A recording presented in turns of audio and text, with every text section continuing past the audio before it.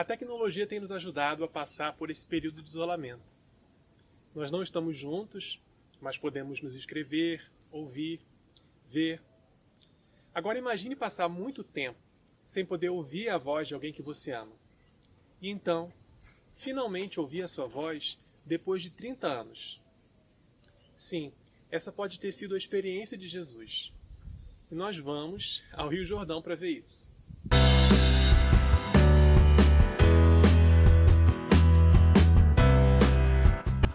O Rio Jordão divide hoje Israel e Jordânia. Ele nasce no Monte Hermon, vai até o lago chamado de Mar da Galileia e de lá parte para desaguar no Mar Morto, o ponto mais baixo da terra.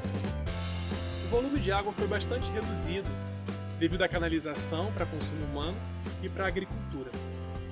Mas isso não reduz a sua importância para esse povo. Ele é mencionado muitas vezes na Bíblia e é associado a grandes transições. Por exemplo, os israelitas precisaram atravessar o Rio Jordão quando finalmente entraram na Terra Prometida depois de 40 anos no deserto. Quando os sacerdotes que carregavam a arca pisaram no rio, as águas foram milagrosamente represadas e formaram uma muralha. O povo atravessou caminhando pelo leito seco do rio. Essa ocasião serviu para exaltar Josué como líder diante do povo, em lugar de Moisés. Outro episódio. Pouco antes de ser elevado aos céus no redemoinho, Elias usou a sua capa para dividir milagrosamente o rio e então o atravessou junto com seu pupilo Eliseu. Eliseu pegou o manto de Elias, que caiu quando a carruagem de fogo o levou. Quando precisou atravessar o rio de volta, Eliseu usou a capa de seu mestre, batendo com ela no rio, e o rio também se dividiu.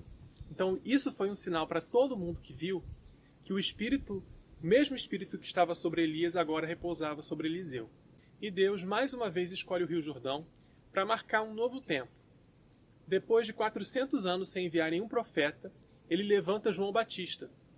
Foi nesse ano que veio a palavra do Senhor a João, filho de Zacarias, no deserto.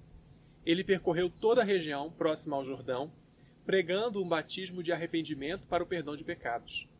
Como está escrito no livro das palavras de Isaías o profeta: voz do que clama no deserto, preparem o caminho para o Senhor, façam veredas retas para ele. O reino de Deus está chegando e a porta de entrada para esse reino é o arrependimento. Como um sinal desse arrependimento, as pessoas eram batizadas por João ali no Jordão. Essa prática era semelhante ao batismo dos prosélitos, que os gentios precisavam fazer quando se convertiam ao judaísmo, simbolizando a passagem pelo Mar Vermelho. Talvez por isso, alguns judeus recusassem o batismo, alegando já serem descendentes de Abraão e parte do povo de Deus. O seu orgulho nos lembra o de Naamã, o comandante sírio, que séculos antes não queria obedecer à ordem de Eliseu para mergulhar no Jordão e ser curado da lepra. É tão claro que a mensagem de João vem do próprio Deus que as pessoas começam a se perguntar se ele é o Messias. E ele abertamente diz que não é o Messias, mas o cumprimento de mais uma das profecias a seu respeito. Então ele respondeu: eu sou a voz do que clama no deserto.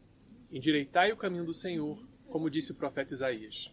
Respondeu-lhe João: eu batizo com água, mas no meio de vocês está quem vós não conheceis, o qual vem após mim, do qual eu não sou digno de desatar-lhe as correias das sandálias. Uau! E essa profecia estava muito perto de ser cumprida. Nós sabemos que o verdadeiro Messias é ninguém menos do que o primo de João, Jesus, o construtor, o carpinteiro que vive na região da Galileia. Ninguém apostaria nisso, nem mesmo o próprio João. Eu mesmo não o conhecia, mas a fim de que ele fosse manifestado a Israel, vim por isso batizando com água. Eu não o conhecia. Aquele, porém, que me enviou a batizar com água, me disse: aquele sobre quem vires descer e pousar o Espírito, esse é o que batiza com o Espírito Santo. Os 30 anos de preparação de Jesus foram vividos de maneira simples. Ele viveu uma vida justa, em obediência a Deus. Você já parou para pensar que durante 30 anos, todo o testemunho que ele tinha acerca da sua divindade vinha da Escritura, de testemunhar em si mesmo o cumprimento das profecias do Antigo Testamento, do relato de seus pais acerca do seu nascimento, não há nenhuma evidência nas Escrituras de que ele tenha feito algum milagre antes desse tempo. E eu acredito que ele não fez. Ele não manifestou a sua identidade até o tempo oportuno. E eu acredito que ele precisou de fé para crer que era o Filho de Deus. Tanto é que mais tarde, o diabo o tenta questionando se tu és o Filho de Deus. Jesus, então, chega para ser batizado por João. Apesar de haver ao longo do Jordão pontos onde o batismo de Jesus é celebrado pelos cristãos, não dá para saber onde aconteceu exatamente, ainda mais por conta das questões geopolíticas, que impedem o acesso a determinados pontos do rio. Por esse tempo, dirigiu-se Jesus da Galiléia para o Jordão, a fim de que João o batizasse. Ele, porém, o dissuadia, dizendo: Eu é que preciso ser batizado por ti, e tu vens a mim? Mas Jesus lhe respondeu: Deixa por enquanto, porque assim nos convém cumprir toda a justiça. Então, ele o admitiu. Sendo quem é, Jesus é humilde ao ponto de pedir que João o batize. João resiste, mas pelo texto que já lemos, vemos que ele não sabia que Jesus era o Messias.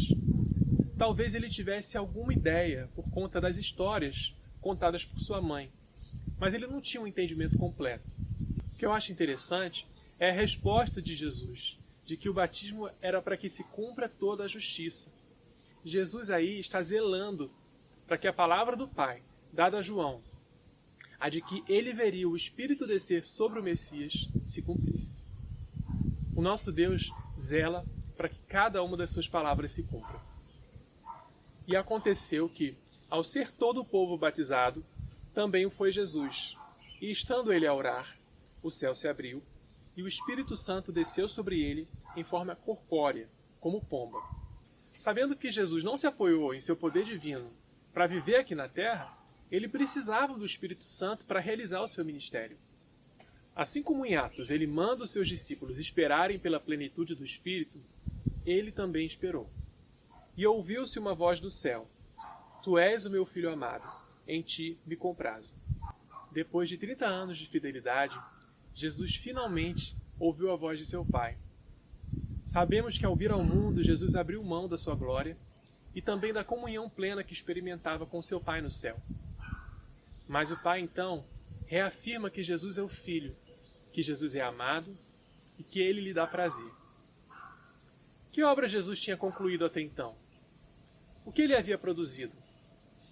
Ele tinha apenas vivido uma vida de fidelidade sobre a terra, se é que isso é pouco, Eu acho maravilhoso como o Pai revela o seu amor pelo Filho.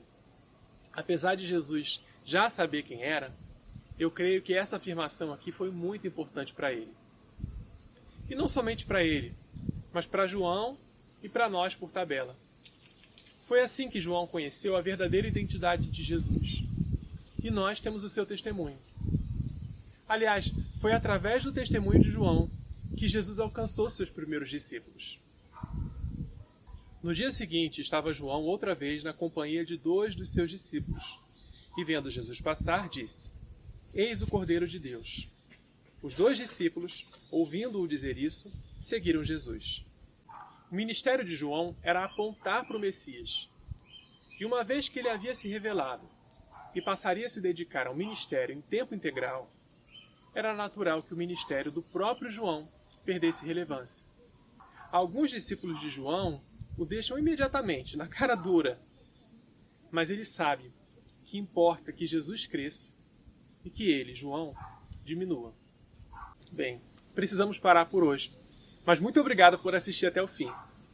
Ajude esse canal a crescer, se inscrevendo, curtindo, compartilhando o vídeo, e que o Senhor Jesus se exalte aos nossos olhos, como se exaltou aos olhos de João.